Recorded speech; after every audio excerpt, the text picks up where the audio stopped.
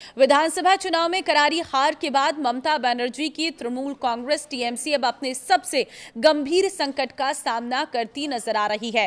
Party के भीतर असंतोष, बागी नेताओं की सक्रियता और कुछ विधायकों की सीक्रेट बैठकों ने राजनीतिक गलियारों में इस चर्चा को हवा दे दी है कि कहीं बंगाल में भी महाराष्ट्र जैसा राजनीतिक घटनाक्रम तो दोहराया नहीं जाने वाला है। नमस्कार, मैं हूं आपके साथ ममता तिवारी और आप देख रहे हैं न्यूज 18 का डिजिटल प्लेटफॉर्म। सूत्रों के मुताबिक पार्टी से निष्कासित और असंतुष्ट नेताओं ने हाल के दिनों में कोलकाता के विधायक हॉस्टल में कई बैठकें की हैं।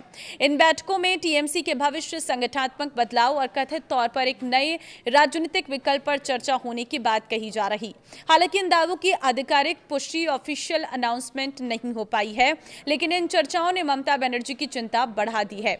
इस पूरे विवाद की शुरुआत तब हुई जब टीएमसी नेतृत्व ने उलुबेरिया पूर्व से विधायक ऋतव्रत बनर्जी और एंटाली के विधायक संदीपन साहा को पार्टी विरोधी गतिविधियों के आरोप में निष्कासित कर दिया। पार्टी दोनों विधायकों ने नेता प्रतिपक्ष जुड़े प्रस्ताव और हस्ताक्षर प्रक्रिया को लेकर सवाल उठाए थे। संदीपन शाह ने आरोप लगाया था कि कुछ ऐसे लोगों के हस्ताक्षर भी दस्तावेजों में शामिल किए गए जो संबंधित बैठक में मौजूद ही नहीं थे। इन आरोपों के बाद पार्टी नेतृत्व में कड़ा टकराते हुए दोनों को बाहर का रास्ता दिखा दिया। लेकिन इस कार्रवाई के बाद पार्टी के भीतर असंतोष और अधिक खुलकर सामने आने लगा। असली तृणमूल की चर्चा ने बढ़ाई बेचैनी। देखिए, राजनीतिक हलकों में ये चर्चा की कुछ असंतुष्ट नेता असली तृणमूल के नाम पर अलग राजनीतिक मंच बनाने की संभावना तलाश रहे हैं। पार्टी के निलंबित प्रवक्ता रिजू दत्ता लगातार नेतृत्व की आलोचना कर रहे हैं और संगठन के भीतर गंभीर समस्याओं का आरोप लगा रहे हैं। सूत्रों का दावा है कि करीब 15 से 20 विधायक ऐसे नेताओं के संपर्क में हैं जो पार्टी के भीतर दबाव समूह बनाकर नेतृत्व पर दबाव करने की कोशिश कर रहे हैं। हालांकि इनमें से किसी विधायक ने सार्वजनिक तौर पर बगावत का ऐलान नहीं किया है।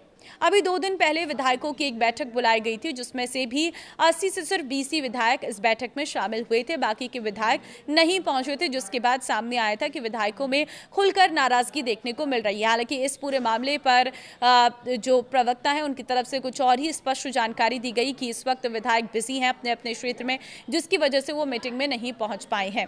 लेकिन वो संकेत भी एक बहुत बड़ा संकेत था। तो क्यों हो रही है यहाँ पर महाराष्ट्र से बंगाल की टीएमसी की तुलना? तो देखिए, बंगाल में मौजूदा घटनाक्रम की तुलना महाराष्ट्र की राजनीति से की जा रही है। साल 2022 में एकनाथ शिंदे ने उद्धव ठाकरे के खिलाफ बगावत कर शिवसेना में बड़ी टूट कर दी थी। बाद में शिंदे गुट को ही असली शिवसेना के रूप में मान्यता मिली। इसके बाद अजीत पवार ने राष्ट्रवादी कांग्रेस पार्टी एनसीपी को 2 टुकड़ों में तोड़ दिया, जिससे शरद पवार की पकड़ कमजोर हो गई थी। दोनों मामलों में शुरुआत बंद कमरों की बैठकों, विधायकों की नाराजगी और नेतृत्व के खिलाफ बढ़ते असंतोष से हुई थी। बंगाल में भी फिलहाल कुछ ऐसी ही परिस्थितियों की चर्चा हो रही है।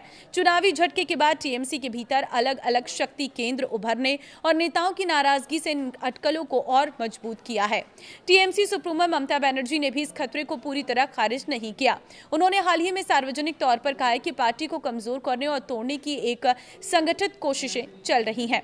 ममता ने कार्यकर्ताओं से सतर्क रहने की अपील करते हुए कहा है कि तृणमूल कांग्रेस की असली ताकत उसके जमीनी कार्यकर्ता, न कि कुछ नेता। उन्होंने ये भी संकेत दिया कि अनुशासनहीनता बर्दाश्त नहीं की जाएगी और पार्टी ऐसे लोगों के बिना भी आगे बढ़ सकती है। तो क्या सचमुच टूट जाएगी टीएमसी? राजनीतिक विश्लेषकों का मानना है कि फिलहाल महाराष्ट्र जैसी बगावत की स्थिति बनती नहीं दिख रही है, क्योंकि किसी बड़े समूह ने खुलकर नेतृत्व के खिलाफ मोर्चा नहीं खोला है। किसी भी विभाजन के सफल होने के लिए एक बड़ी संख्या में विधायकों और संगठनात्मक नेताओं का समर्थन जरूर होगा।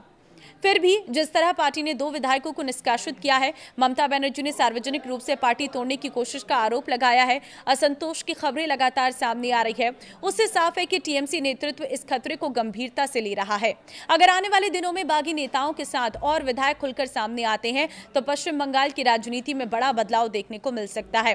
फिलहाल सबकी नजरें ममता बनर्जी के अगले कदम और पार्टी के भीतर चल रही हलचलों पर टिकी हुई है। आपको क्या लगता है? अपनी राय जरूर दें और इस वीडियो को शेयर कर दें। नमस्कार।